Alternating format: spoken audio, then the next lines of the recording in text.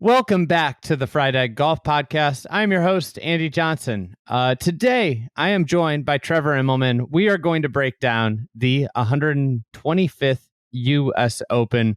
It was held last week at Oakmont. It was very wet. It was quite a week. It was a lot of weather.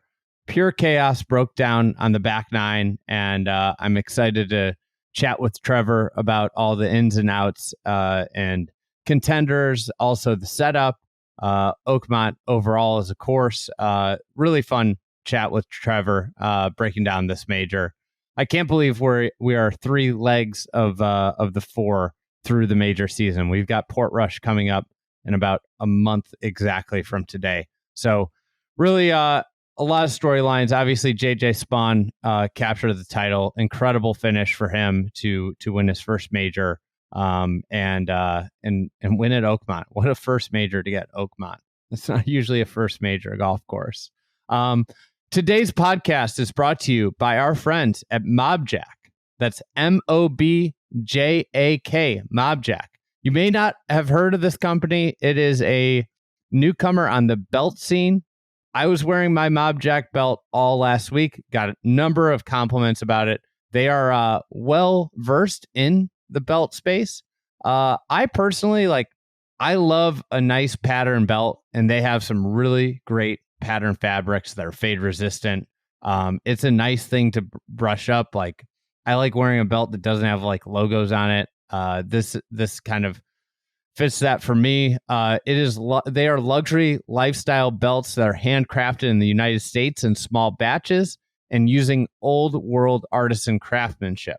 Mobjack tells a story, really. It's a meticulous craftsmanship, uncompromised quality, and the belief that luxury is defined by attention to detail. If you're into belts, if you're looking for a good belt, they have a brass buckle that has a nice matte finish to go along with the patterns. This is a really good looking belt. So if you're interested in Mobjack, go to mobjack.com. That's MOBJAK.com. And use the promo code FRIEDEGG to get 15% off. That's mobjack.com, MOBJAK. Use the promo code FRIEDEGG to get 15% off. Let's get to Trevor Immelman.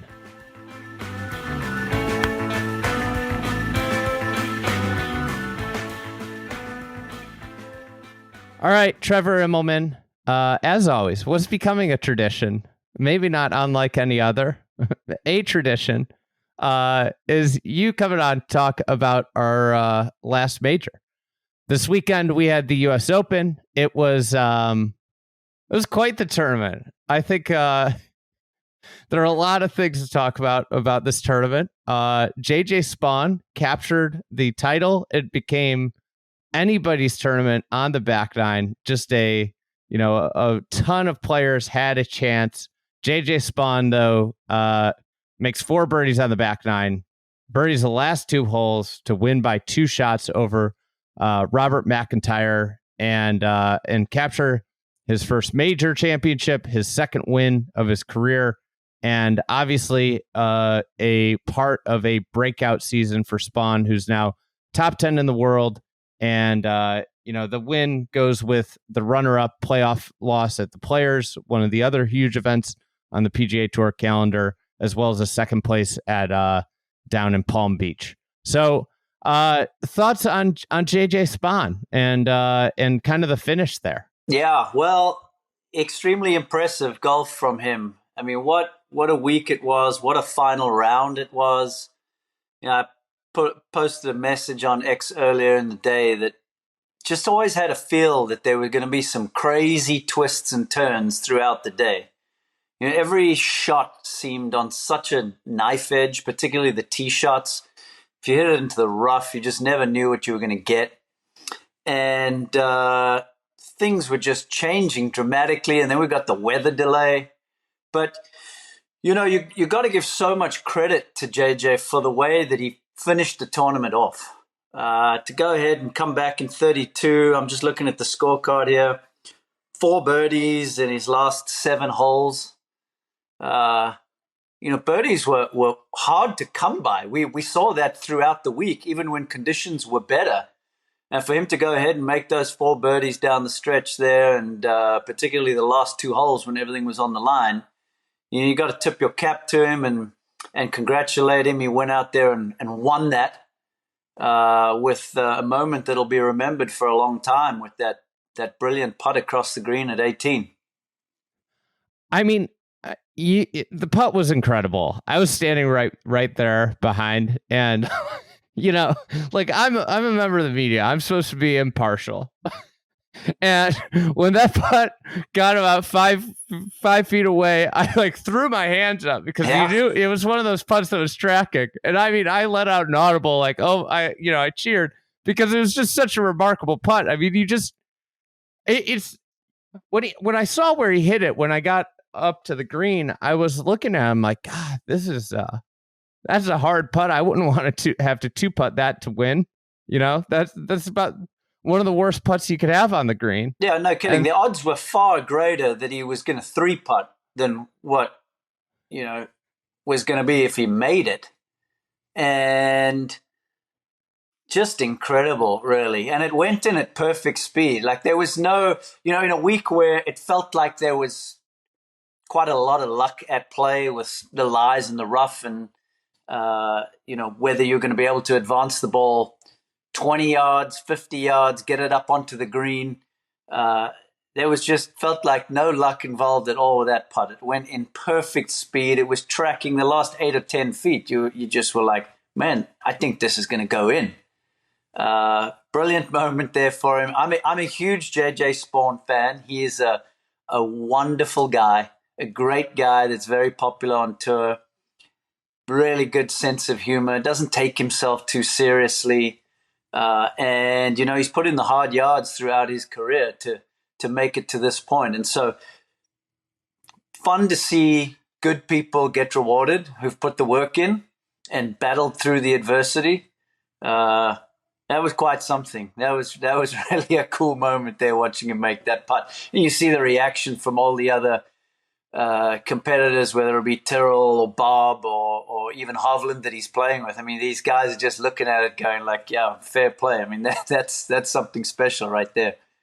I loved his kind of putter toss. Like he went in and it's almost like he didn't know what to do. He just threw his putter. His caddy was so close to him that I thought he might try dive and catch it. It was quite funny to see the caddy right there with him, probably trying to get a read on the putt if it went by the hole. And, he's holding the umbrella. It's hammering down with rain again. Yeah, I mean, I've probably watched it 15 times since. And you always spot something that brings a smile to your face. After the initial shock of the ball going in, the more you watch it, the more other things you start to notice. Really cool. I think, obviously, the first 2 majors of the year, we had Rory McIlroy, Scottie Scheffler, supreme talents, players that from a young age were destined for, stardom on the PGA Tour. Obviously, Rory, tons of expectations as a kid. Scottie wins the US Junior, becomes the number 1 player in the world. JJ Spaun, a little bit different path, and one of the beautiful things about golf is that you never know what age you're going to play your best golf. And here he is at 34, really rounding into his best self. I loved the quote he talked about in his post round. He said, "I grew up watching golf. I was a young kid, wanted to play golf. I loved golf. It was a passion for me growing up. I always played with my parents growing up. One thing led to another. I wasn't really groomed to be a professional golfer. I didn't get put through academies. I didn't play AJGA. I played local stuff. I did qualify for, actually, my first big USGA event was the US Junior. I did that 2 times when I was like 16 and 17. That's kind of when I realized my potential. I just kept going, like 1 foot in front of the other. Junior golf, college golf, turning pro, and now here I am with the USGA, a US Open trophy. You think about the career, and it's like this just incremental rise where he's not playing AJGA golf. He plays at San Diego State, obviously a pretty strong program. But his path to the tour, he started on the Canadian tour. He got up through the Canadian tour to the Corn Ferry tour. It was the web.com. I remember watching him at the very beginning of the Fried Egg. I went, one of my first trips to a pro golf tournament was to the Columbus nationwide event. And I watched him there. And, because a guy on the web.com tour was like, one guy you should watch hit a golf ball is JJ Spaun. He can really hit it. And yeah, I watched him there. And then it's just like, he kind of was just mired in the middle of the PGA Tour for years. And who knows where he goes from here. But it's just, to get to the top 10 in the world rankings, it's just a very unexpected. He is not someone you go and watch and you're like, wow, like, that guy, whether it's aesthetically, he doesn't look like he's like, he's not one of these like 6'4" Cam Davis, like Greek, godlike looking golf swings when you're looking at the range. But that swing is really repeatable. And we saw it under pressure, just, deliver two absolute perfect drives on 17 and 18. Yeah. In a lot of ways, it's like a little bit of a throwback, isn't it? When I turned pro, it was kind of accepted that you would go through years of like cutting your teeth and learning the ropes and getting to understand the golf courses and learning from the other great players and stumbling a bunch before being able to win. And then eventually you would reach your prime in your 30s. I mean, everyone used to think you'd reach your prime in your 30s. And then I guess really started with Tiger was the first guy to jump on there and absolutely dominate in his early 20s. But as the years have progressed, guys have had more and more success early. But, as you talk about that and read through some of his accomplishments, I mean, it's kind of like a throwback of he took his time, he lost his card, he used to go through the mini tours, a lot of self-doubt in moments, wondering whether it'd be good enough, but he kept at it and had the right group of people around him to keep nudging him in the right direction.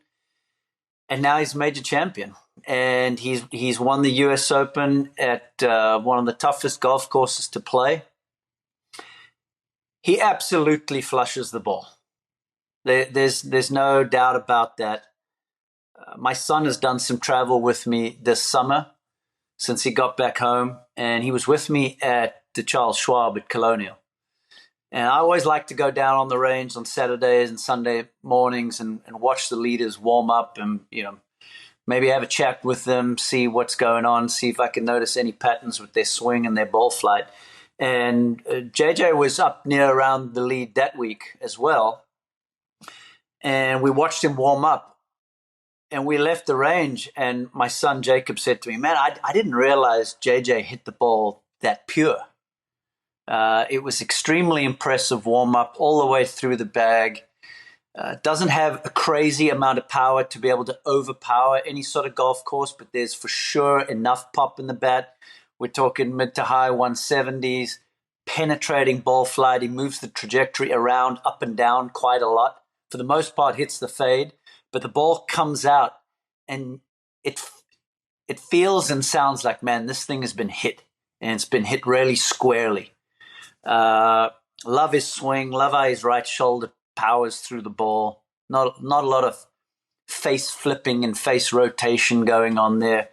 And I was like, yeah, I mean, this guy flushes it, and he's starting to get that self-belief now that he's had all of these close calls after the initial win at Valero. But he's for sure upped his game in the last 12 months. And, I think he leaned on all of those experiences coming down the stretch yesterday. And maybe, it's one thing getting it done at the end and making all those brilliant birdies and hitting those two brilliant drives on 17 and 18. But I tell you what, a lot of people would have packed it up after 5 or 6 holes after the start that he had. And I don't mean that in necessarily even a quitting fashion. I mean it in getting down on yourself mentally and be like, oh, this is clearly not my week. I've just hit the flag stick on 2 after hitting a perfect wedge, and I'm off the green. He makes another bogey there. He makes what does he make here? 5 fives to start, and then he bogeys the next hole, the par 3. So he's 5 over after 6 on Sunday. And yeah, I'd love to know the self-talk and the thought process he was going through at that moment. But to be able to hang in there and keep grinding it out is something that I think is super impressive. The rain delay probably helped him to be able to reset, maybe take a little squiz at the leaderboard and go, okay, I know that was maybe the worst possible start I could have got off to, but the good news is I'm actually still in this. And he was able to reset. But yeah, man, it was cool. It was cool to watch. And, in sports, we love to see the favorites win, but every now and then it's fun to see somebody step up and prove to themselves and the world that they can get it done too. And that's really what I take out of his performance. And who knows where this goes from here? Who knows? It's one of the beauties of sport. You have to watch, you have to get in the game, and you got to complete all 72 holes. I mean, this guy, who knows? He could win more majors going down the road for sure. Yeah, I think with Oakmont's pedigree for winners, the membership certainly wishing him to win more. Fair. That's fair. I had in my notes, and I was going to ask you this: is this the rain delay that changed the course of the U.S. Open? Because if you look at Spaun's quotes from his press conference, he talked to his coaches obviously during the break. And I think it was Josh Gregory who said, he said, they were just like, dude, just chill. If you were given 4 shots back going into the back 9 on Monday, you would take that. They just said, just let it come to you, be calm, stop trying hard. That's what I was doing. I felt like I had a really good chance to win the US Open at the start of the day. It was just unraveling very fast.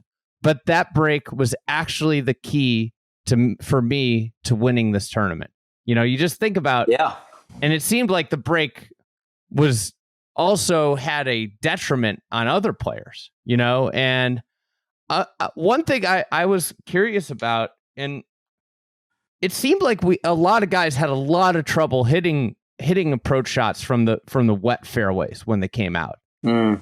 Is there something to Spaun's swing that, we both have talked about, like that consistent strike that he has? It's seemingly a heavy ball that he hits when is there something about his swing that actually was, that separated him on the soggy fairways? Because that was giving people a lot of trouble. Yeah, it's really tough to answer because all of these guys are so good through the impact zone. You don't get to this level unless you are. You just kind of wonder, did he let that bother him less than some of the others? The thing that makes golf so elusive and winning and championship golf so elusive is just one little tiny piece of doubt can cause havoc.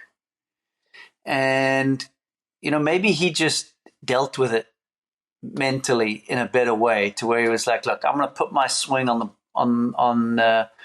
this shot and see what happens, rather than being a little apprehensive or being a little more defensive. Who knows? You just need that one little shred of doubt to cause absolute havoc. But it reminded me so much of other sports. We've seen delays like that change outcomes in sports. You see it in tennis. Sometimes players will go for a bathroom break, or the rain will come. My Cubs World Series against the Indians. Remember that Super Bowl in New Orleans when the lights went out and all of a sudden the game changed? You see it in Formula One all the time. So it's just one of the beauties of sport. Nobody knows what's going to happen. You just got to keep rolling with it. You've got to be unflappable. You've got to be in a situation to where you need to be able to expect anything and not allow any of it to bother you and to affect your psyche at all. And that's probably the main thing that I was impressed with from JJ yesterday was the start, the delay, the change in conditions, the sloppy fairways.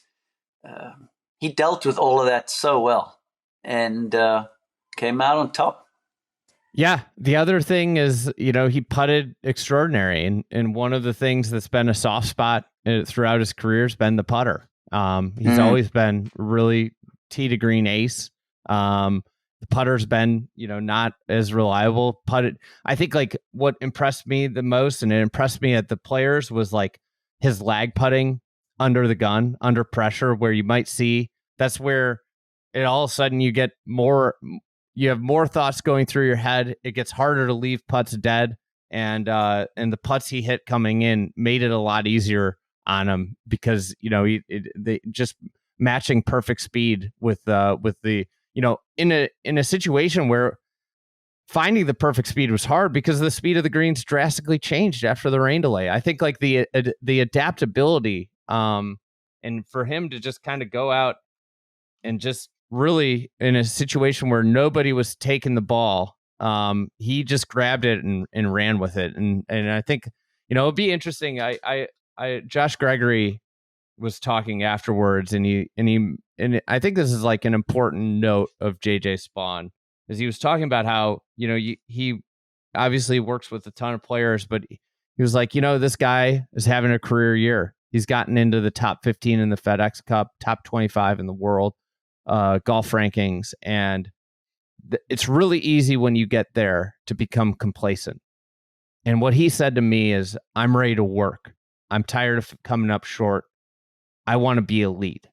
And you think that type of mindset is kind of what can lead to people becoming world class at things, especially when he already has the traits of being a really good ball striker. If he makes some incremental gains on the short game and putting over the next 18 months, it might not be where we're surprised that he's a top 10 player in the world. Yeah, he's clearly put a lot of great work in. If we zero in on the putting, shucks, I remember a couple seasons ago, he was trying all sorts of different styles. He was trying arm lock, he was going conventional, different putter styles, all sorts of different things. But, he's done well with this putter change. He's found a stroke that looks really, really solid. And he made a bunch of putts throughout the week that were absolutely clutch. I mean, none more so than that bomb on 18. It's fascinating to me, nowadays with the advent of social media and all the great coverage, whether it be podcasts or pregame shows and all that sort of stuff. It was so much talk going into the week from the members at Oakmont, from the USGA, from players that had made scouting trips up there, like, oh, these greens are going to be 15. They're so fast. They're so undulating. And in a lot of sense, that sort of starts to plant seeds in your mind. Never mind being a fan, but how about if you're a player and you're starting to hear all that stuff, read all that stuff, and then they have all of the rain coming into the tournament. The players get there on Monday. It's soaking wet. The greens aren't quite as fast. Then Tuesday, Wednesday, everybody's like, oh, they're starting to get fast again. And then the rain kept coming in throughout the week, and they never quite got to that point to where they were super scary. But he found a way to keep adjusting so well. Really, really cool stuff. It was a weird week for a tournament, just with, kind of the lead up, the rain. Then it was, kind of hot. There's a lot of different like conditions within days, nothing more so than Sunday, where, it was pretty idyllic in the morning, great scoring conditions. And then the afternoon got, it was a little windier. The rain obviously threw a huge wrench in it, and became very difficult in the middle. And then you came out to, I think, like what a number of players, Adam Scott called it borderline, whether they should have been out there. And this was more talking about what happened to Sam Burns, not himself. I want to be clear with that. This is not him. Like, this was prodded and asking about Sam. Sure. And he said, the fairways were borderline. Justin Thomas was tweeting, doesn't look great out there. Like, had a tweet about whether they should be out there.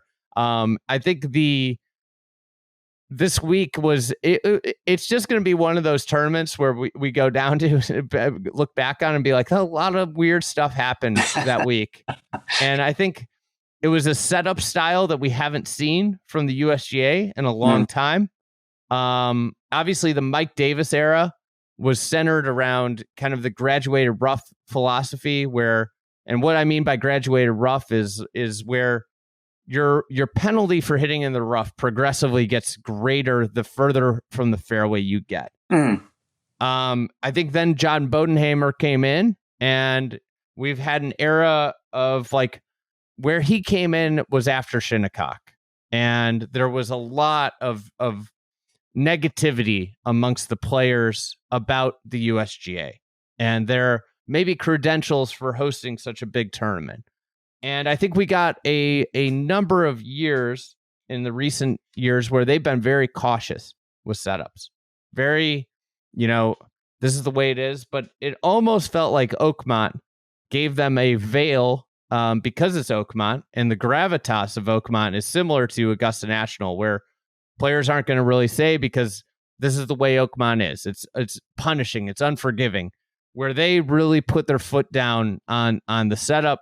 It was thick, uniform rough from the second you ventured off the fairway to the rope line. I would say that my biggest critique would be if you're outside the rope line, you're in a much better spot than if you're inside the rope line. Sure.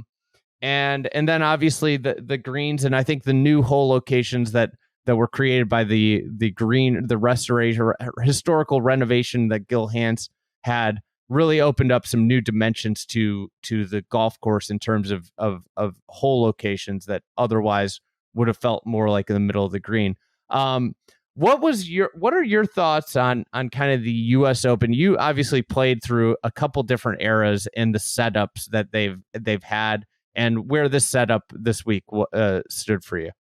Yeah, there's a lot there to unpack. I would say that this US Open at Oakmont was how I remember it when I was playing. Just got to hit it so straight. Got to find a way to keep it in play, otherwise you're just hacking it out.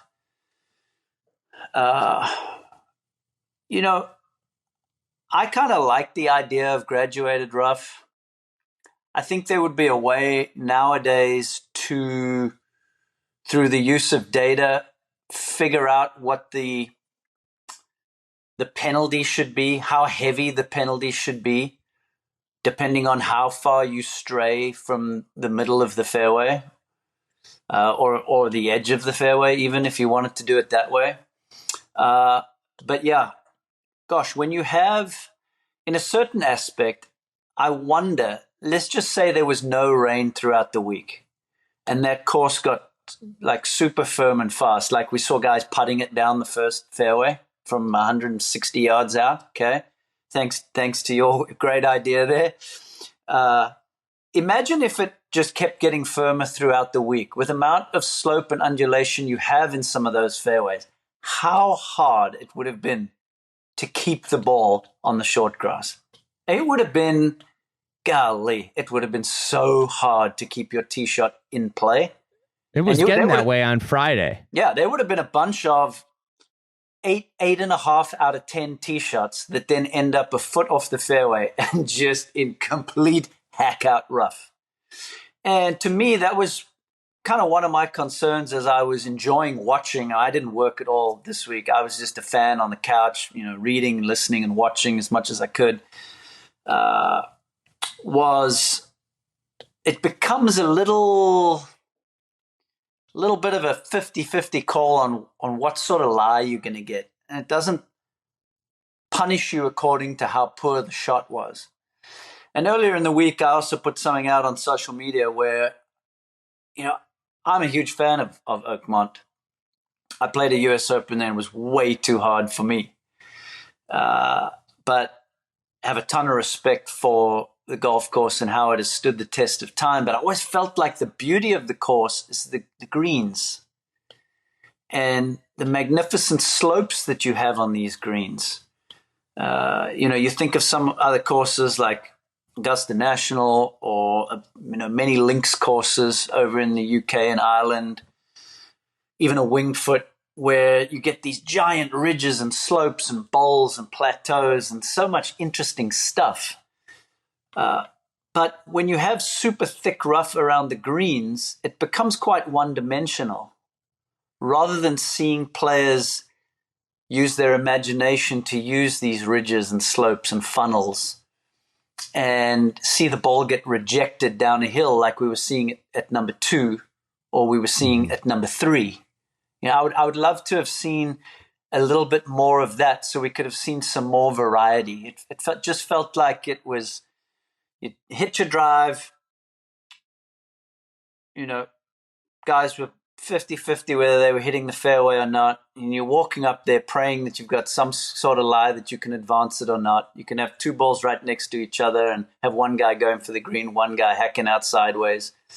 And it was the same thing around the greens. We saw this either a bunker shot, a putt from off the fairway, or a chop with the lob wedge to 30 feet. And I would just love to have seen a little more variety there to see it mess with these players' minds to where they have to hit bump and runs and flops and checkers and all sorts of different things. So it's an interesting one. It'll be fascinating to see what the USGA learned from this, because you're always capturing the data, especially nowadays, and seeing how everything unfolded. So yeah, that's kind of my thoughts on that. Yeah, I echo a lot of thoughts. I think the setup philosophy. I did a panel with Scott Langley on Tuesday, who's obviously very involved with the setup. Their goal with the setup was to create a a true or false test. We kind of talked about, before we went on, multiple choice test, true false test. He asked me what type of test I like more, and I said, well, I like short answer, that's not even in the USGA wheelhouse. They don't, to me, so they wanted to set up a true false test. And to me, that's kind of like, for me, my personal taste. And I think like what's very interesting is like, I think a lot of like regular, like your weekend golfer loves the true false test because they like to see the best players in the world struggle. And feel that relatability to somebody hacking it out of the rough. Yeah, at times, because they don't see the best golfers struggle very often. Yes. So because I think it's enjoyable. This was so far from a typical PGA Tour stop. I mean, this was like Memorial setup, ratcheted up, which is typically one of the hardest PGA Tour setups. Yeah. I'll just say, the one thing that the Memorial has is they have, like, one of the things I think that course does really well is it's scaled appropriately for the modern game.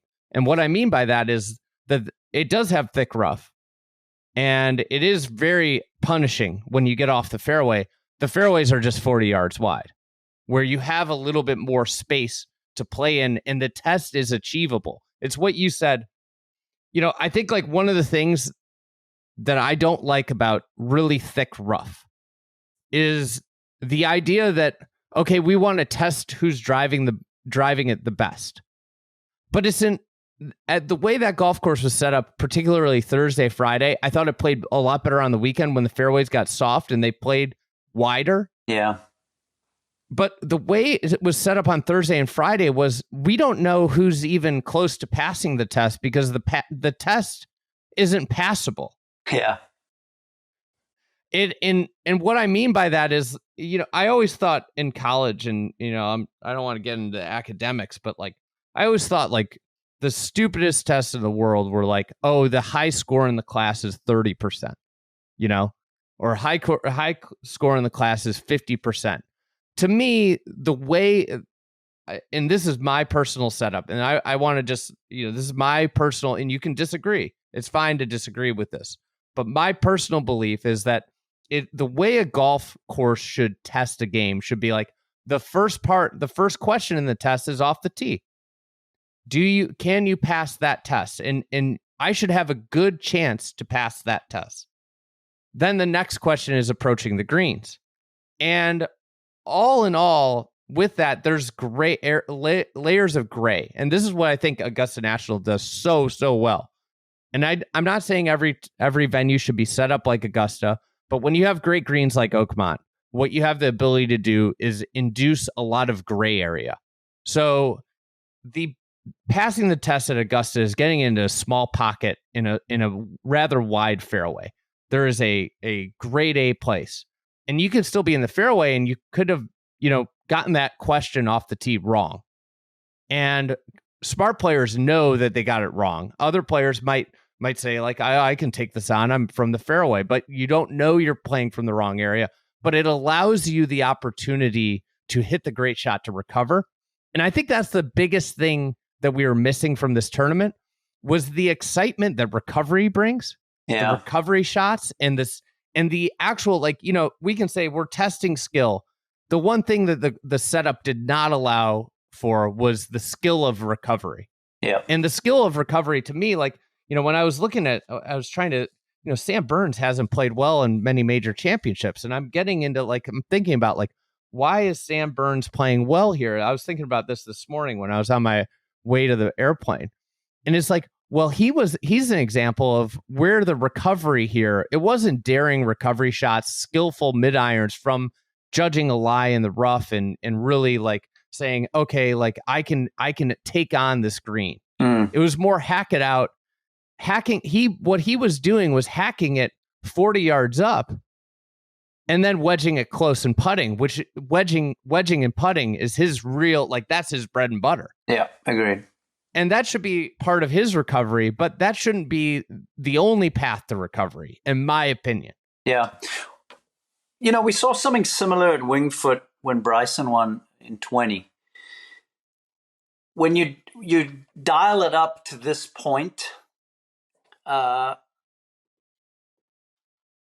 the answers are false. It's so hard to for anybody, even at this great level that these players are. It's just so hard for them to constantly be hitting good shots. I mean, it's not possible. They're not machines. Never mind uneven lies and wind and rain and all that other kind of stuff. And like at Winged Foot, for instance, they got the fairways so narrow that all of a sudden, even the most accurate drivers were missing a great amount of fairways. So then all of a sudden, the equation got put back onto distance. Okay, now because everybody's missing fairways because the fairways are so narrow, that means that the longest hitters have a massive advantage, because if everybody's missing them, why wouldn't you just rather be 40, 50 yards further up there like Bryson was, to where you've got a better chance of hacking it out up onto or near the green and a better chance to make a par. And kind of had a little bit of that feel this week again. And the emphasis at the end of the day for me, when I look back at the last 4 rounds, it turned into, who's putting the best out here, who's going to be able to putt from long range, who's going to be able to make those 8-10 footers to save pars after they've had to chop it out of the rough. And JJ was the guy that really, really putted well this week. Yeah, and I want to be, the other thing about this is that when you think about the ethos of the U.S. Open, it goes to a new venue every year. Part of the ethos of the U.S. Open should be showcasing the spirit and the wide range of golf that we have in America through these different venues and different locales. My question my question, my bigger question, and if Oakmont wants their identity to be this, I would say that's great. You have that identity. But like my critique would be, as you alluded to earlier, this is one of the greatest golf designs in the world. Yeah. And to me, this style of setup kind of puts restrictor plates on what type of creativity and shot making that this golf course could bring out if set up a little bit differently. And I think what's wild to me is like why people don't, and I think this is like maybe more of a Mike Davis thing where like people just like do not like Mike Davis. But I'm shocked at like the negativity that people have towards the graduated rough idea, because to me it makes a lot of sense. And like the idea of if I'm 3 yards off the fairway, I hit a without a doubt better tee shot than someone that's 15 yards off the fairway. Yeah. Thus, I'm penalized less for being 3 yards off the fairway than somebody that's 15 yards off the fairway. And then what like my real issue becomes when somebody's 25 yards off the fairway and they're in trampled down spectator areas and they get a clean lie. Yeah. And they're better off than the person who missed the fairway by 2 inches. Yeah. I always love it when a player has to make a choice. And if you've missed the fairway and you look down at your ball and you're like, gosh, I think I might be able to go for this. But there's absolutely that conflict of, maybe the smart play is, because at the end of the day, what's playing well in the US Open is trying to keep the double bogeys off your card. I mean, it's impossible to go through a US Open without making a whole host of bogeys. But can you keep the big numbers off of your card? And when you start to really challenge the players and bait them into going for it, especially when you've got green complexes like this, to where we could see some really fun chips and pitches and putts and bunker shots with all these great undulations and stuff like that. I would be in favor of the graduated rough to be able to, if you're 3 yards off the fairway, you're absolutely in two minds of whether, is this going to jump? Is this going to come out soft? I've got this deep bunker in front. I don't want to be short-sided there. And you're managing that reading of the lie all the time.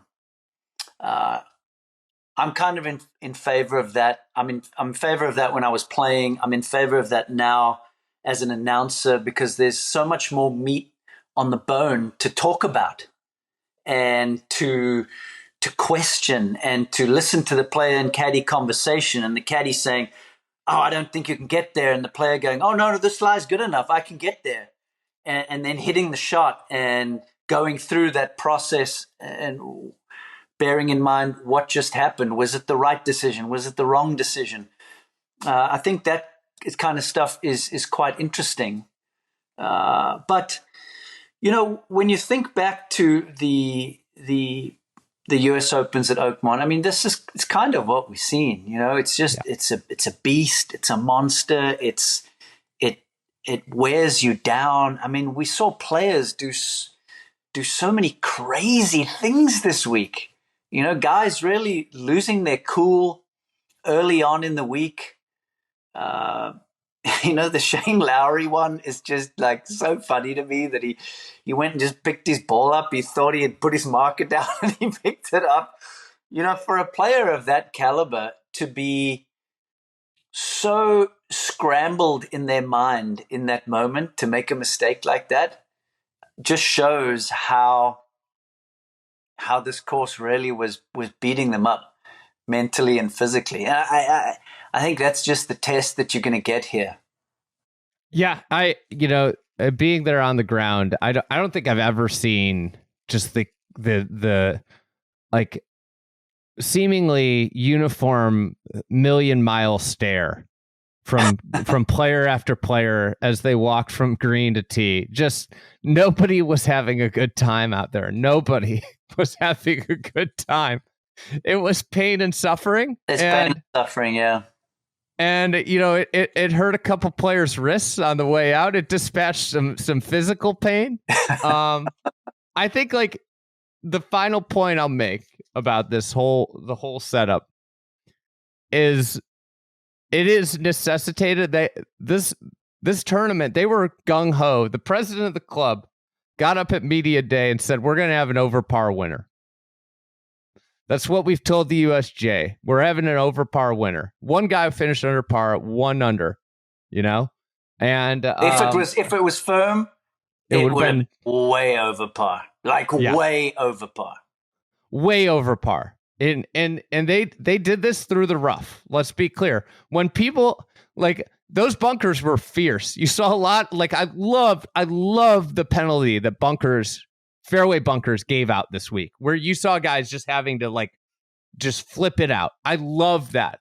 But where I struggle is when the rough, which is not a hazard, the rough is doling out a greater penalty than the bunker almost. Yeah, I think we've had that for many years, though, don't you? I think that's where and this gets to the greater point, and why we've gotten here is because of the equipment and how far it goes, and us trying to hold on to the relic of even par. And it particularly comes true at the US Open every year, comes ahead, because nobody's happy. Like I thought, Pinehurst last year was one of the greatest championships I've ever seen. It was incredible.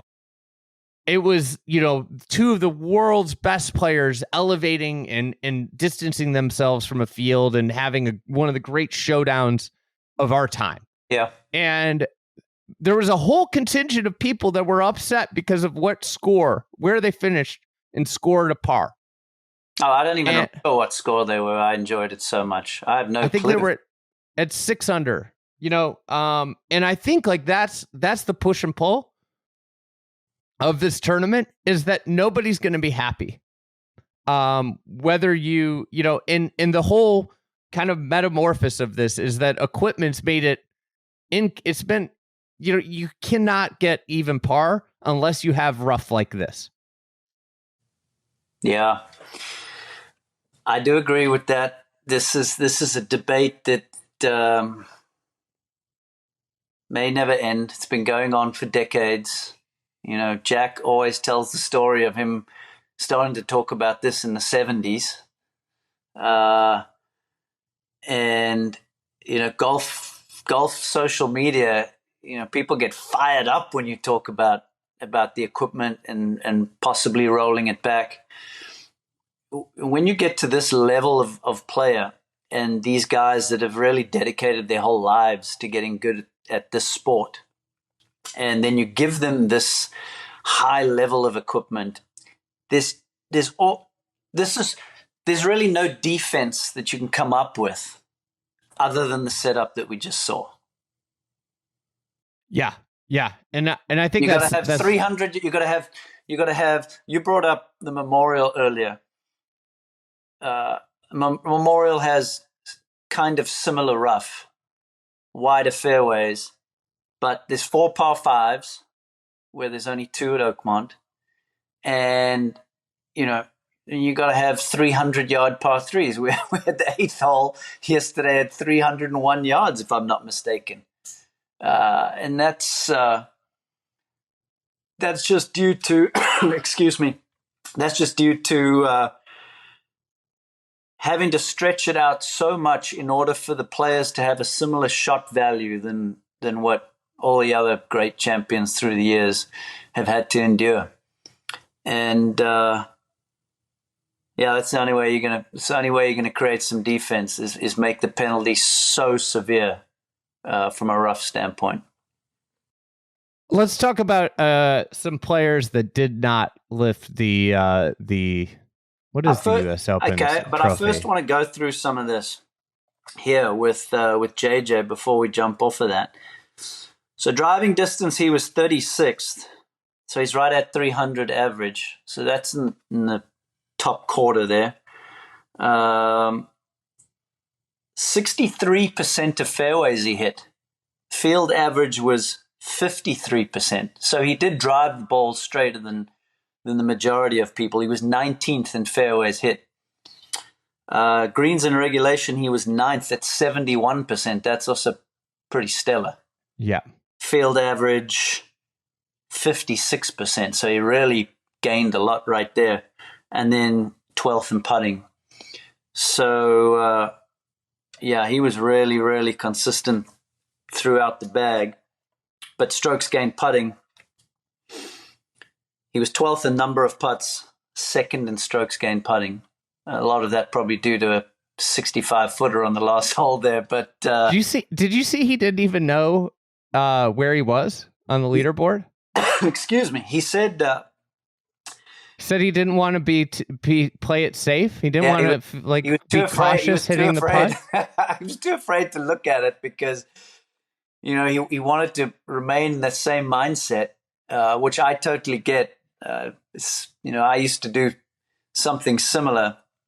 And he wanted to make sure that he wasn't distracted going on to that final green and that he could feel that he was in the lead and just really wanted to try his best to stay in the zone. And it was a great choice because he went ahead and made that putt.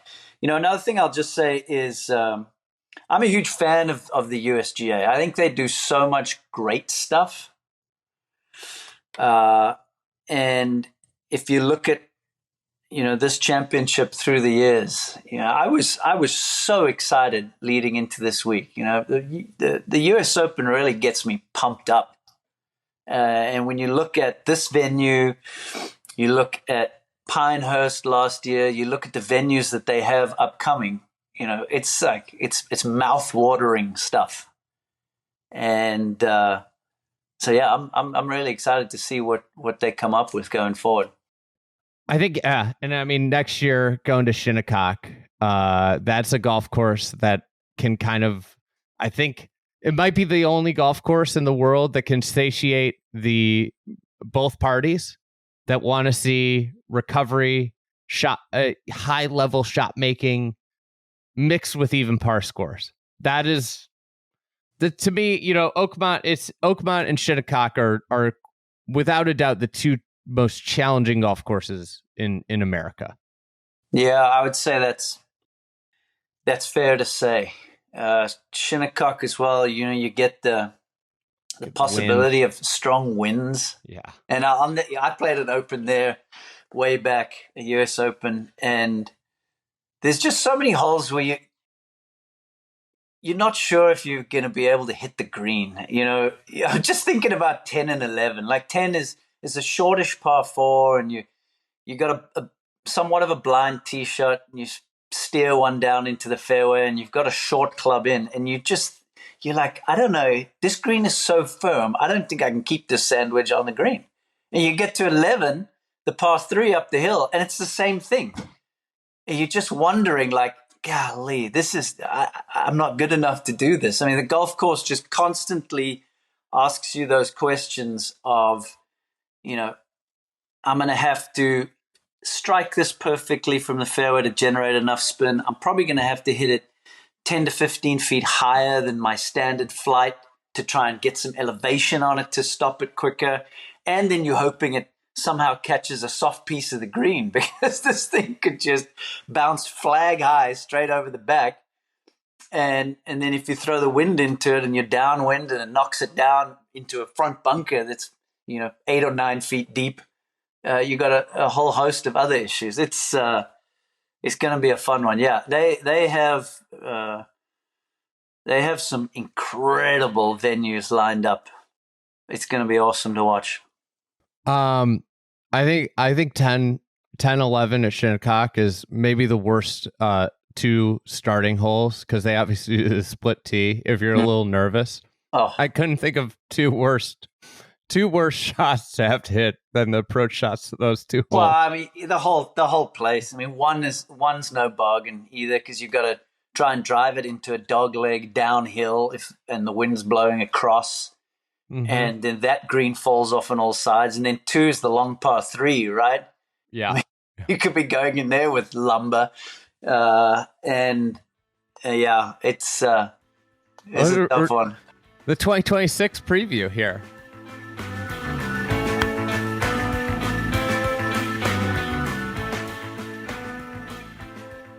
All right, let's take a quick break. Today's podcast is brought to you by Club Champion. Oakmont's very penal. When I played it, I was very tired. I was coming off a long trip in Scotland, but one of the things that helped me out a lot was that my distances were dialed in. And one of the ways I get my distances dialed in, trajectories, I know what the ball is coming out, what window it's coming out of, and how far it's going, thanks to our friends at Club Champion. There, I get fit in their TrackMan and Sam Putt Labs. It helps me get a pure roll on the putter. I think a lot of people miss doing the putter fitting. I'll say, like, anecdotally, I was using an off-the-rack putter before this putter, and this putter hugs the line a lot better. So they have this new AI fitter Copilot in every store that helps fitters find the ideal club faster by analyzing over 40 million swings per month and suggesting ideals in heads and shafts and 90% accuracy. So this makes sure that golfers aren't getting tired. I think that's actually like an anecdotal thing. You go do a club fitting, you get tired. So go check out Club Champion. They have studios all across the country, and use the promo code FRIEDEGG and you'll get a free driver fitting or iron fitting with a club purchase. Go to clubchampion.com/FRIEDEGG. Use the promo code FRIEDEGG, no spaces, to get a free driver or iron fitting with a club purchase. Let's get back to Trevor Immelman.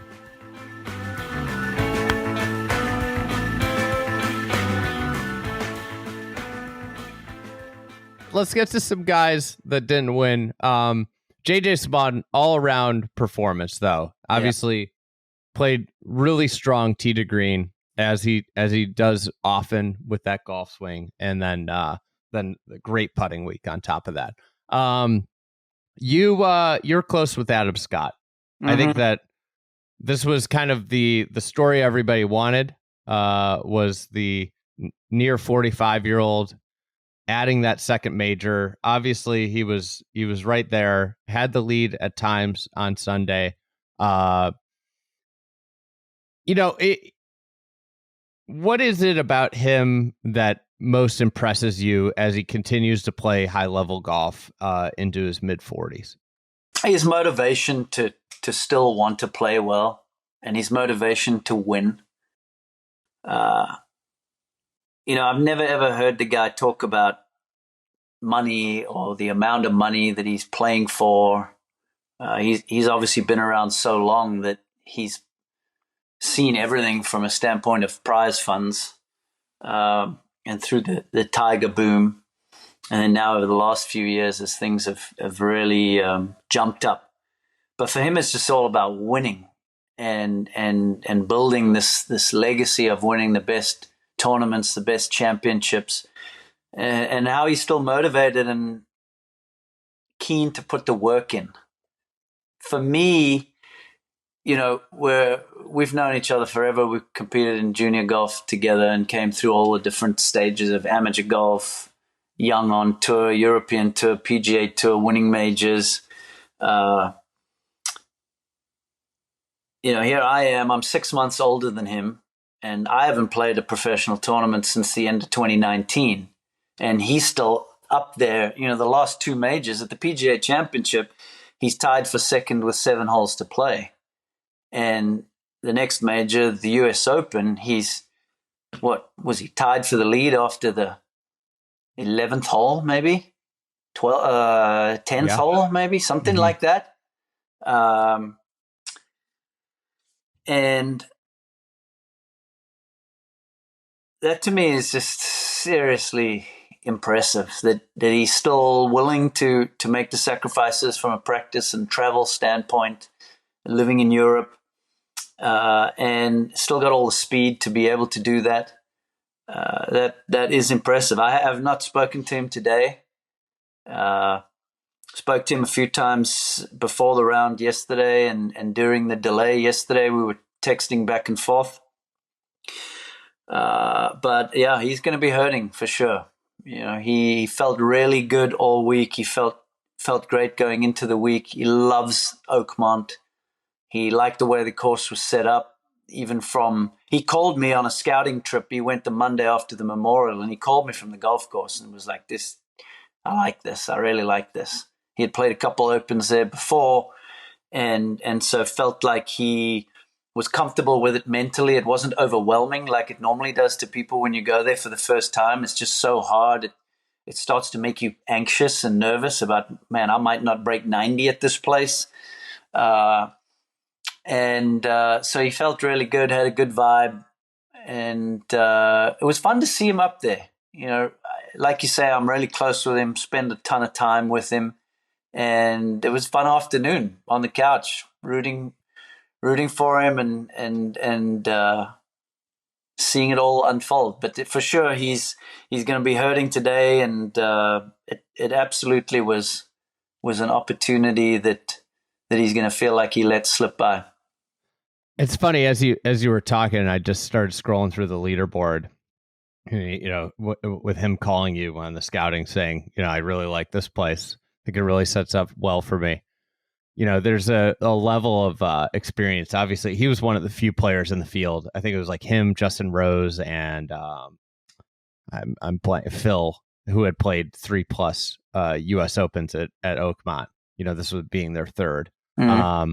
But you scroll through the leaderboard, and something that's kind of void on the leaderboard is that youth wave that is seemingly taken over pro golf when you kind of start to scroll through it. Sure. It's all the guys that were on the board have been around for a while. Ben Griffin, maybe you could say a little bit inexperienced in majors. And then like you get to like Rasmus Niergaard Pedersen, or is kind of the next one. But yeah. You know, for the most part, this leaderboard was very, very seasoned. He drove the ball so well, and I think something that people were just shocked by was seeing some of the ball speed numbers. I also thought like one of the things he carried around at Oakmont that was particularly useful was that mini driver. Yeah.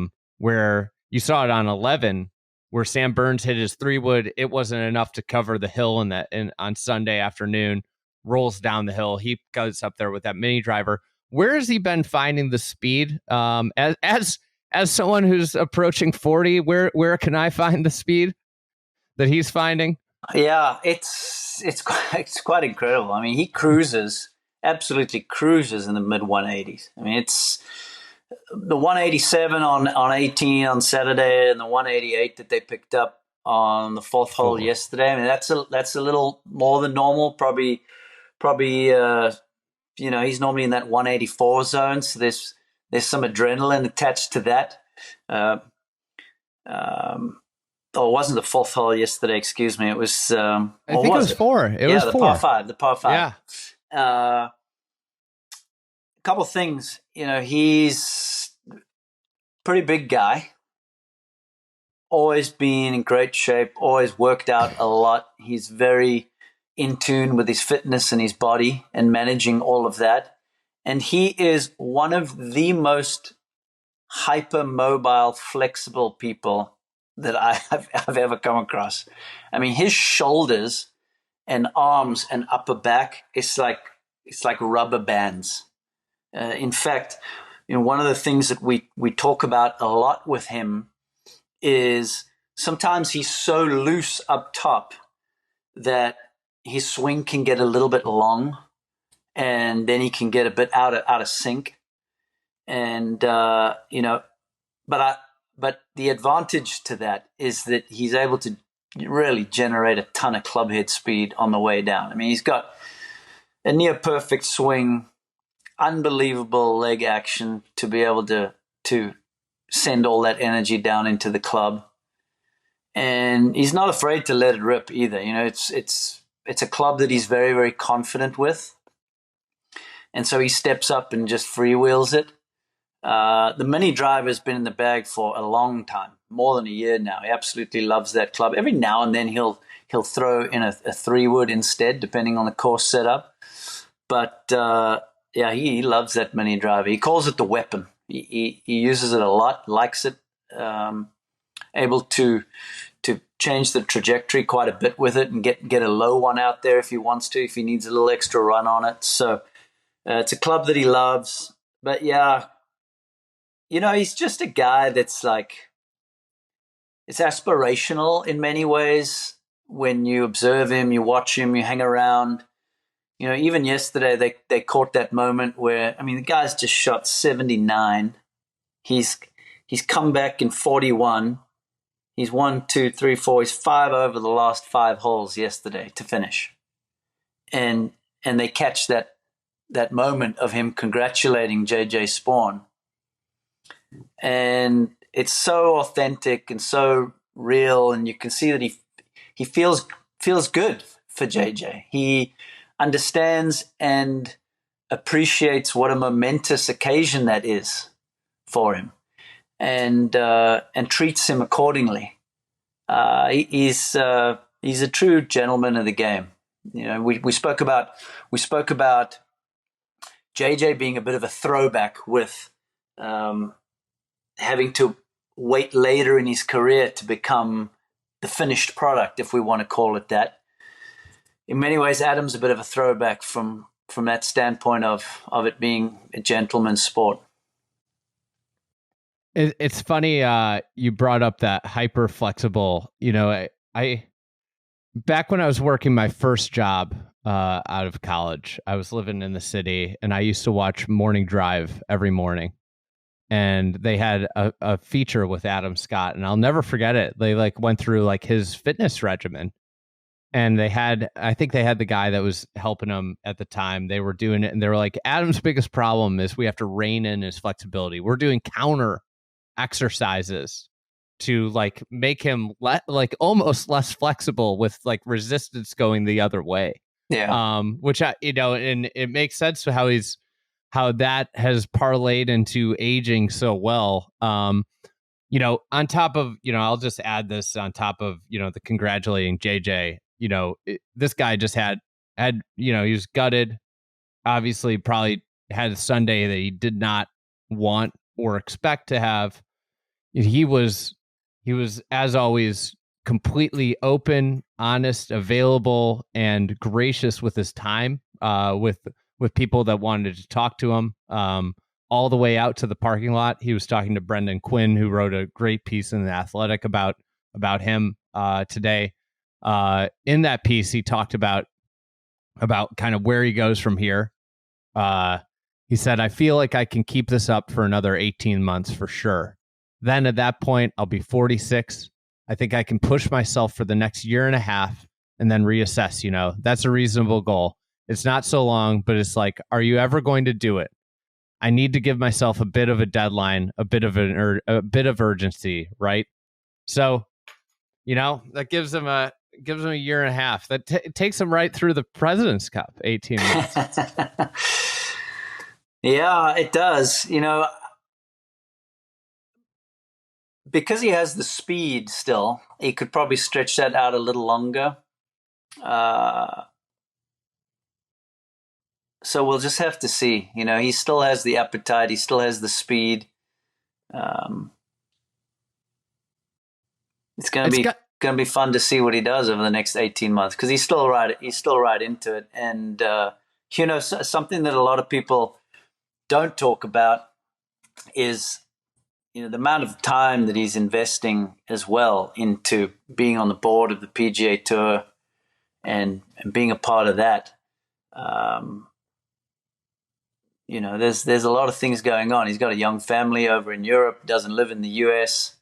And you never see, though, or at least he doesn't show the frustration in any way. He always handles everything with the utmost class. And I have a ton of respect for that. I mean, he's just a wonderful guy. Yeah, I think that was one thing I was going to say is I can't imagine, in terms of probably the thing that is, the golf swing and the skills seem to be there, are going to be there for probably the next 5 years. The ability to do it at least for 5 years, in the vein of Mickelson, one of 51, and a lot of that is similar to Adam Scott, like still has the speed and the movement capabilities, you know? No, and similar to Mickelson too, and completely different to somebody like Tiger, is just hasn't really ever had any crazy injuries. Yes. Or anything that would set him back, or surgeries to where he would need to take time out. So that's probably been one of the things that's aided him to be able to maintain all of the speed and decent play into his mid-40s, and maybe he can stretch it out the way Phil did. Yeah, to me the biggest threat is the family piece. Like that's got to be the hardest thing about chasing this, is the idea. I was reading a little bit about it yesterday, is like the 2 to 3 weeks off. You know, it is, as someone who occasionally leaves his family for 10 plus days, that is the hardest part about, about any of this. And I imagine that is probably the thing that would hold him back. And then, he's in a spot where he doesn't have exemptions forever, and he has to keep his game at a certain level to play more than the Masters. Yeah. Hey, look, that's something we all sign up for as athletes. I mean, you look at any athlete out there, or any entertainer, or any high level businessman or woman, when you get to that 1%, you're probably going to have to make sacrifices in your personal life in order to keep that going. And it's something that we're all juggling at all times. I mean, like you say, you've in a similar situation, constantly being on the road, whether it be going to majors or big tournaments, or doing podcasts, or going to do course visits and stuff like that. We're all just trying to do the best we can from that standpoint. It's tough when you've got 3, 4, 5 balls in the air that you're trying to juggle, but to some extent, everybody is in that same situation. Yeah, different way. Everybody's got circumstances, whether they're home every night or whether they're on the road 100 nights, 200 nights. Yeah. Was there anybody else that really impressed you this week that maybe did not win? Yeah, I thought Bob MacIntyre showed a lot of toughness. We've seen it from him before. He's got something inside him that grittiness, which I like. Right?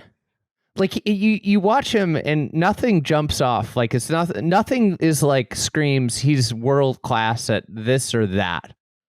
But he just shows up and is around and gets the ball in the hole. Seemingly. He's not afraid. He doesn't seem like he's afraid to have the ball. He's not afraid of a moment. We saw it a little bit at the Ryder Cup. We saw it leading into the Ryder Cup. We saw it a few times last year at the Canadian Open. We saw it at the Scottish Open. And when he's coming down the stretch there, it's not easy to win at home when you've got everybody putting a little extra heat on you, wanting you to win as the hometown guy. And then yesterday, coming down the stretch, I mean, he was tough. He was making brilliant putts and hit wonderful tee shots as well up the last couple of holes. And yeah, he's got that little something extra that's, and I mean this in the most respectful way possible. He's got that something extra it's annoying to have to play against, because you know that he's not going to give it to you. You're going to have to do something like make a 65-footer on the last hole like JJ Spaun did in order to beat him. So yeah, I was super impressed with him. He just continues to take incremental steps to getting better over the last few years. Great to see Hovland back up there. Same thing with PJ's guy, Cameron Young. Some better play here over the last few weeks. Of course, I think in a certain way it starts with qualifying for the US Open on that marathon day and getting through the playoff. So good to see him up there again. They need him. They need him for that Ryder Cup. They need some players with some pop in the bat for Bethpage. I agree with you. And a lot of that stems from him starting to putt much better in the last month or so. Hatton as well. He's got that little extra chip on his shoulder. I thought it would have been apropos for the man that always has great quotes, whether you agree with him or not. You just love his quotes about golf courses. If he would have won in that torture chamber. Yeah, it's brilliant. It's sort of halfway through the week, or maybe it was before the week, when he said, people ask him about the mindset, and he's like, well, I love US Opens because everybody starts on the same page as what I do every week of my career, where they're just angry and irritable and can't quite figure out, all these different breaks that they're getting. And I thought he hit a lot of high quality shots. I thought he kind of got jammed by on 17 with that rough going down into the bunker. That was like something that happened all week. Obviously, that was there. Yeah. Everybody knew about it, but it's like you basically got put into a spot where it's a virtually impossible shot. Yeah, 6-inch rough on a 45-degree downhill lie, hitting uphill to a fairly quick green. There was just nothing that he could really do there. And needing a 3. Yeah. So there was a lot of good stuff. Rahm and Scheffler kind of hung around. It seems like Rahm is starting to find his stride again. And really hit some high quality shots like we were used to seeing a few years ago when he won those 2 majors. And Scheffler, the amazing thing about Scheffler is he's so good. He's so good that he can have his D game and still have a chance to win with 9 holes to play. And that's quite special. That's quite something. I mean, you watch that Saturday round. If you watch it again, it's just like that guy should have been right in it. And even on Sunday, it's just a couple putts. I think he had 7 3-putts on the week. Yeah, and you just eliminate those. He made nothing on Sunday, and still with a few holes to go, when everyone else started to leak oil, you were like, golly, is he going to be able to get in there at 2 over and have a chance to win this before JJ made those great birdies to finish? But yeah, he's good, man. That's obviously not groundbreaking analysis right there, but to be able to come to as tough of a test as what this is, and clearly not have his best stuff and still have a shot at it is quite something. He's one of the ones that I think if it was a graduated rough setup, that's probably someone that finishes maybe a little bit higher on the board. And I don't think he really misses very much wide. Yeah, right. I would agree with that. Like, I think he's probably the guy that is most penalized by the 1 yard. What we talked about with like 1 yard, 2 yards, 3 yards off. Type of setup. So that would be, I think, like if you, it'd be an interesting, you can't do this obviously, but if that graduated rough setup, it might have been a similar situation to DJ, where you looked at the board at times on the weekend and is like, who are these guys? A reminder of, at the time when DJ won, Shane Lowry wasn't really who Shane Lowry is today.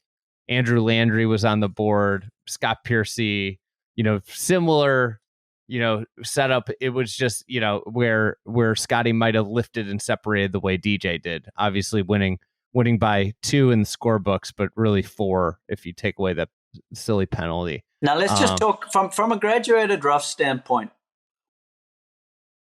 and an agronomy standpoint. I know this is your wheelhouse. The maintenance staff obviously did an incredible job with pretty much everything going against them for the weeks leading up and the week of the event. I mean, they did an incredible job, even during and after the delay, squeegeeing water all over the place.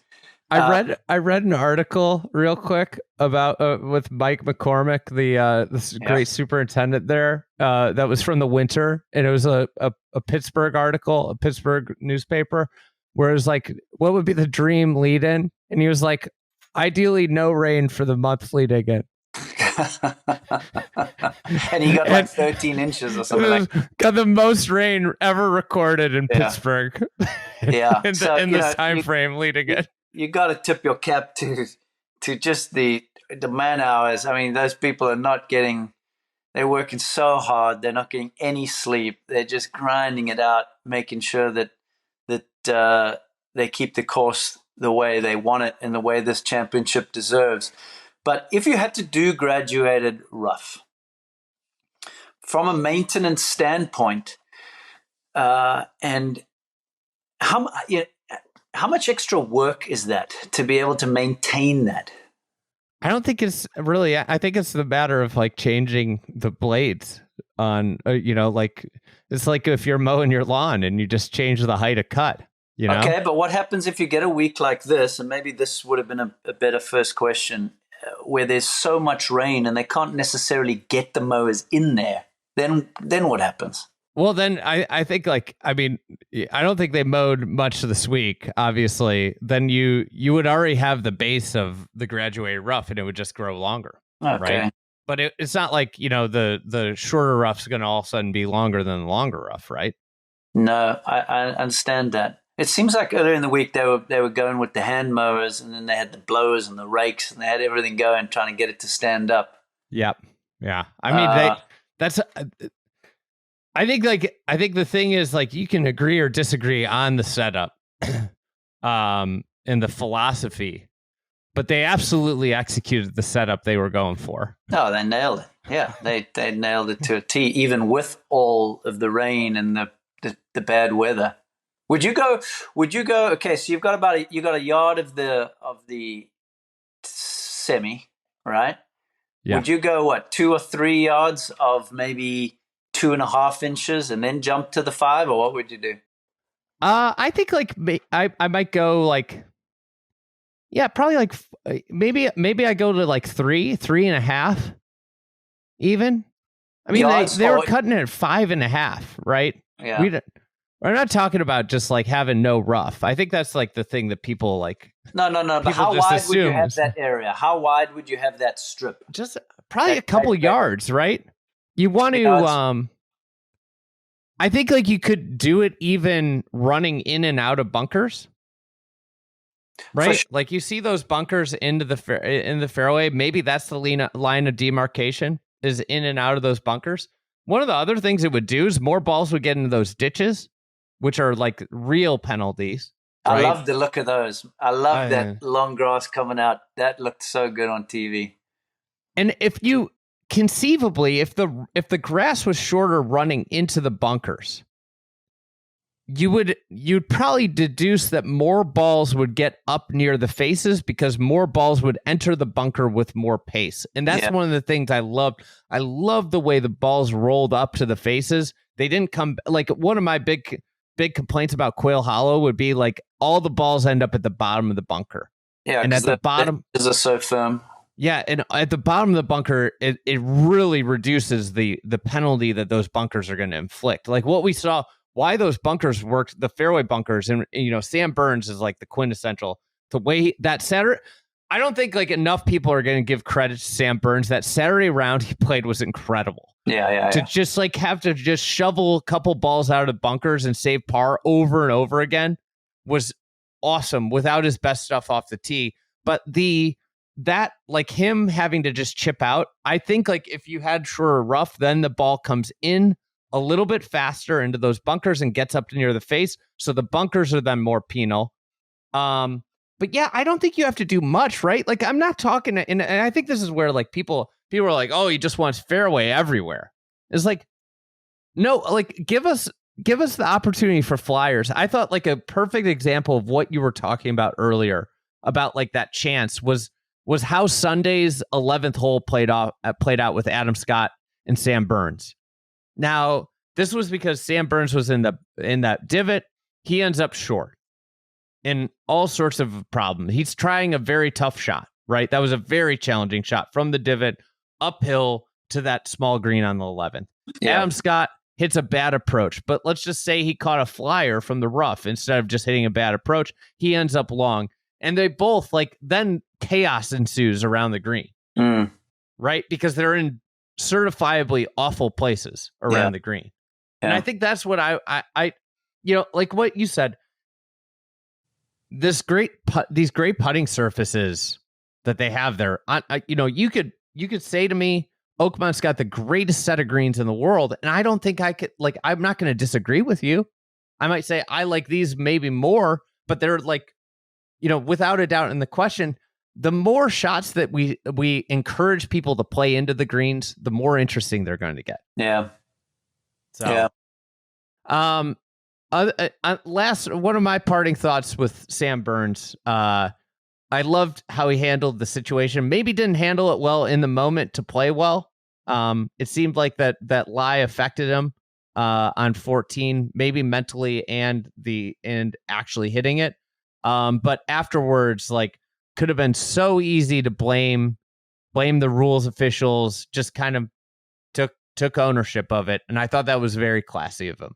Yeah, I totally agree with you. Kind of the guy he is. It's how I know him. It's what I've witnessed and seen every time I've been around him. He's a great guy, and even in the moment, I thought he handled it quite well.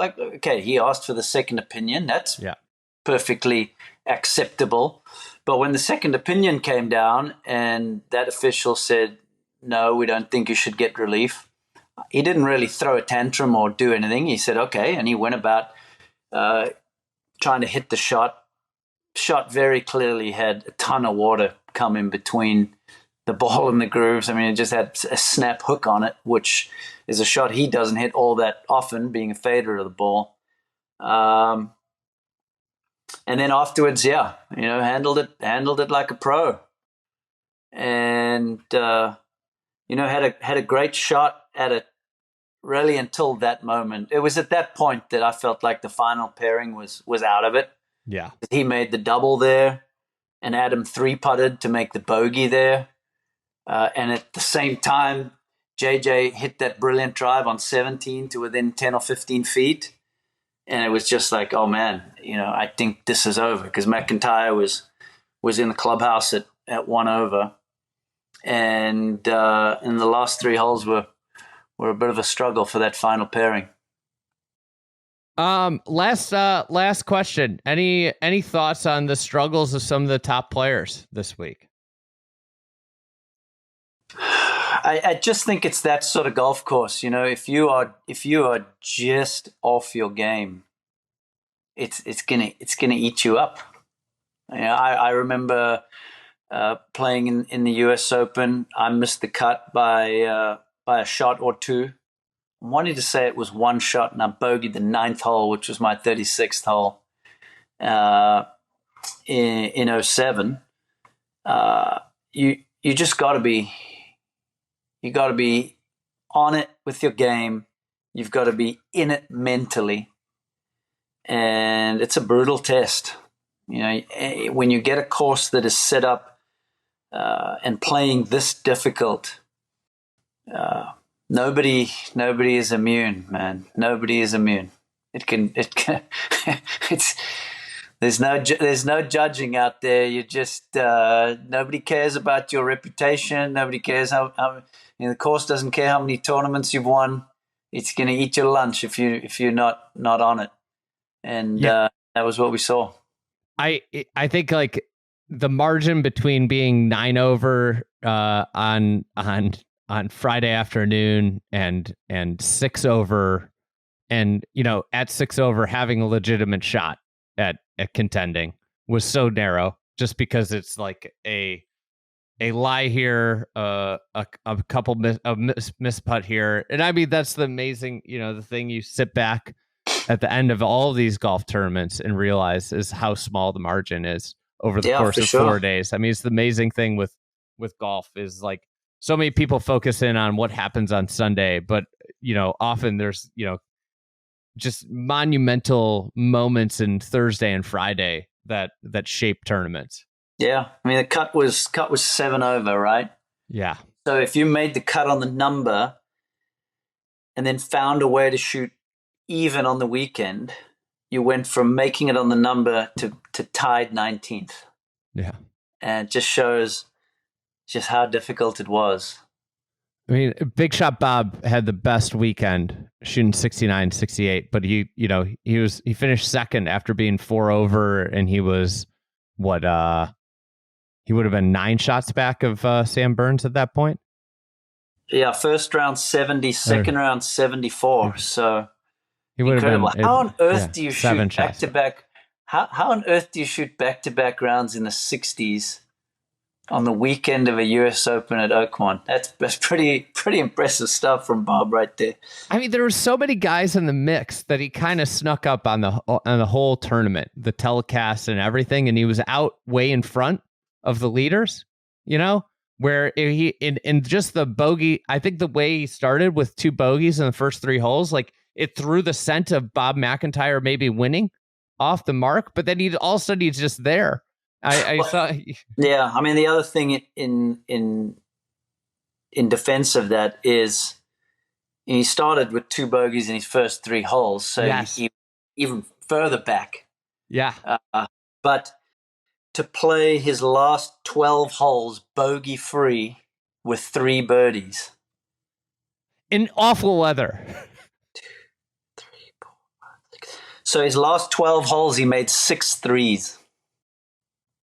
That is some proper stuff right there.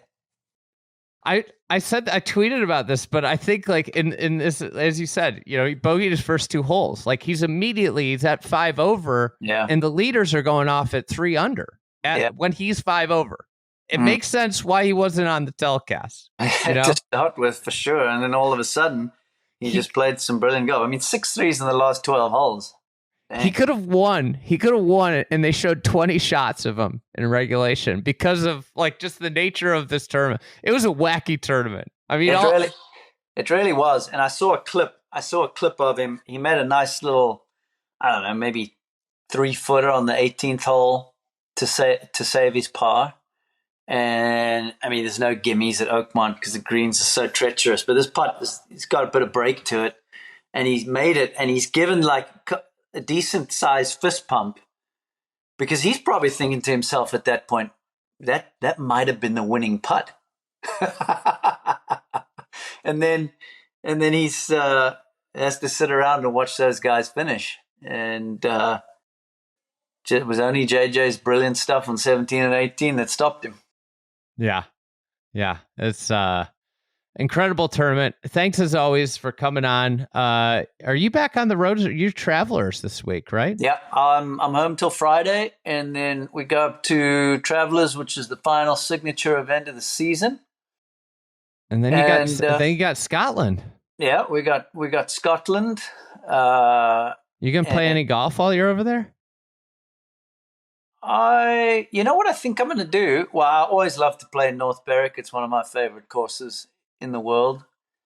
But I'm not going to take my clubs. I think I'm going to play it with like a rental set or something like that. You know where you should go? Where? You should go to Boris's shop in Gullen, rent a set of hickories. That's not a bad idea.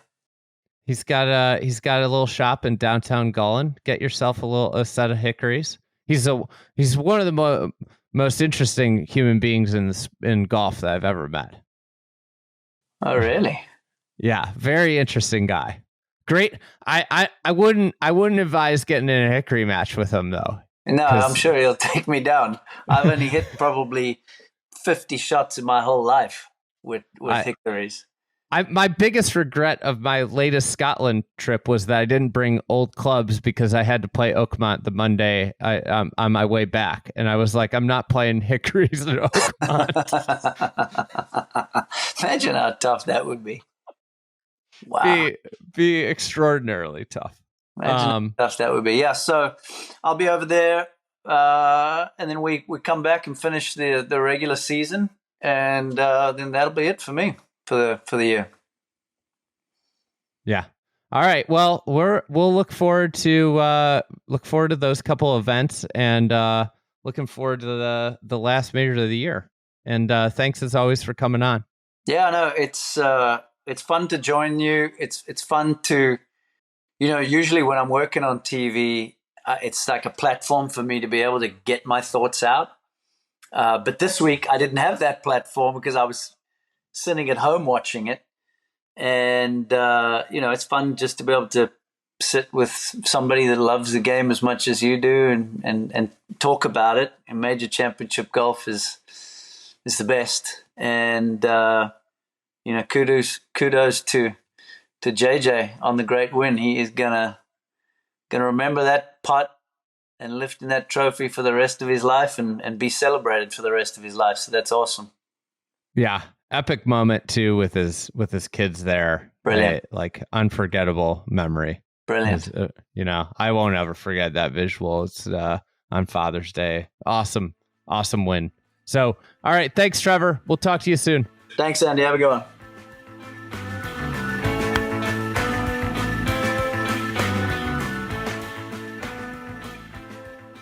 All right. Thanks. Big thanks to Trevor for coming on. These have been really fun. I hope you guys are enjoying them as much as I am. Also, huge thanks to PJ Clark. He was on the ground all last week at Oakmont, was rumbling around, put out some a new feature on the Shotgun Start called Lunch with the Boys on our social page. Him and Joseph kind of dove in, and we're doing a bunch of stuff on the ground at Oakmont. That was a fun development. Big thanks to PJ for putting that together and putting this podcast together. We'll be back next week with a new edition of the podcast. And big thanks to everyone who followed along for our open coverage. It was a lot of fun to be there and wouldn't be there without your support. Thanks.